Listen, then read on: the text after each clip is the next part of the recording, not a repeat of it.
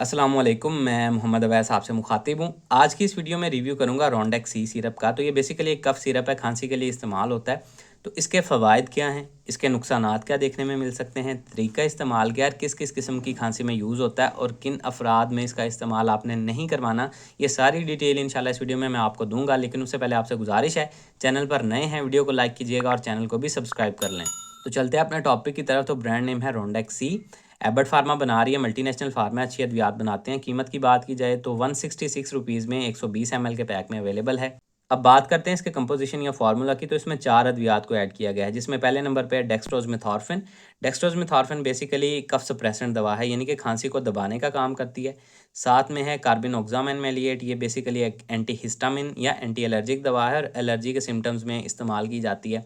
साथ में सूडोएफिड्रीन है। सूडोएफिड्रीन नेसल डीकंजेसेंट है, यानी कि नाक को खोलने का काम करती है। और साथ में है ग्वाइफेनिसिन, ये बेसिकली एक एक्सपेक्टोरेंट दवा है, बलगम को पतला करने और खारिज करने में मदद देती है। अब जिन कंडीशंस में इसका सबसे ज़्यादा इस्तेमाल होता है, उसमें पहले नंबर पे आ जाता है नेसोफ्रेंजाइटिस। नेसोफ्रेंजाइटिस से मुराद ये पिक्चर साथ में चल रही है, हमारा अंदर वाला नाक का हिस्सा या गले का ये जो हिस्सा है, इसमें सोजश हो जाती है। कॉमन कोल्ड किसी वायरस की वजह से मोस्टली ये देखने में मिलता है, जिसकी वजह से नाक का बंद होना, नाक का बहना, छींकें आना, गले में दर्द या नाक के पिछले हिस्से या सर में दर्द हो सकता है इसकी वजह से। इसके अलावा पोस्ट नेसल ड्रिप स्टार्ट हो जाती है, आपको केरा या रेशा गिरना स्टार्ट हो जाता है गले में। और आंखों से भी बाज़ औक़ात पानी आना स्टार्ट हो जाता है। और इस कंडीशन में अक्सर साथ में खांसी भी स्टार्ट हो जाती है, सांस सही से ना आने की वजह से। तो ऐसी कंडीशन में इसका इस्तेमाल करवाया जाता है। इसके बाद आ जाता है ब्रोंकाइटिस। ब्रोंकाइटिस से मुराद ये है कि हमारे फेफड़ों में जो सांस की नालियाँ ब्रोंकाइज हैं, इनमें सोजश हो जाती है किसी इन्फेक्शन की वजह से, और आहिस्ता आहिस्ता वहाँ पे रेशा बनना या बलगम बनना स्टार्ट हो जाती है और मज़ीद मरीज़ को सांस लेने में दुश्वारी और खांसी स्टार्ट हो जाती है।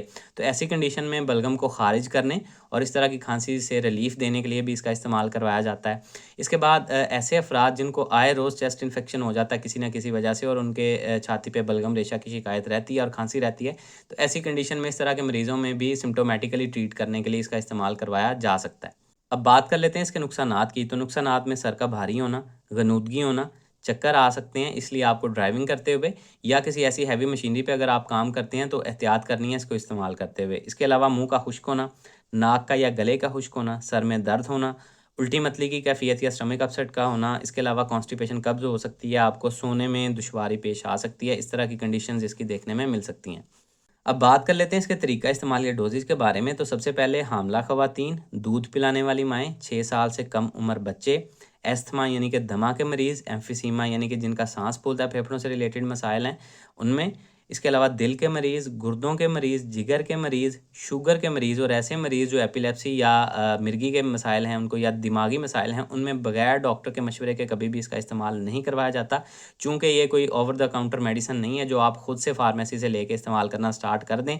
सिर्फ़ कुछ खांसी की कंडीशंस जो मैंने आपको बताई हैं उनमें इसका इस्तेमाल किया जाता है, और बगैर डॉक्टर के मशवरे के कभी भी खुद से इसका इस्तेमाल नहीं करना। उसकी वजह ये है कि इसका बहुत सी दूसरी अद्वियात के साथ ड्रग इंटरेक्शन हो जाता है, खाने-पीने की किसी चीज़ के साथ हो सकता है, या बहुत सी ऐसी कॉन्ट्राइंडिकेशंस हैं जिनके बारे में आम बंदे को पता नहीं होता। जब वो फिर इस्तेमाल करता है तो उसको साइड इफ़ेक्ट्स होते हैं, तो वो फिर परेशान होता है। इसलिए बगैर डॉक्टर के मशवरे के कभी भी यूज़ ना कीजिएगा। डोज़ेज़ की अगर बात की जाए तो 6 साल से लेके 12 साल तक के अफराद के लिए 1 चाय का चम्मच सुबह, दोपहर, शाम या हर 6 से 8 घंटे के बाद 1-1 चम्मच दे सकते हैं। इसके अलावा 12 साल से बड़े अफराद में आपने इसके 2 चाय के चम्मच सुबह, दोपहर, शाम या हर 6 से 8 घंटे के वक़्फ़े के बाद दिया जा सकता है। खाने के बाद पानी के साथ आप इसको ले सकते हैं, या जिस तरह से आपके डॉक्टर्स आपको प्रिस्क्राइब करें उस तरह से यूज़ करना है। तो ये सारी डिटेल थी जी रोंडेक्स सी से रिलेटेड। उम्मीद है आप लोगों को पसंद आई होगी। इससे रिलेटेड कोई सवाल है कमेंट सेक्शन में आप मुझसे पूछ सकते हैं। अपना ख़्याल रखिएगा। अल्लाह हाफ़िज़।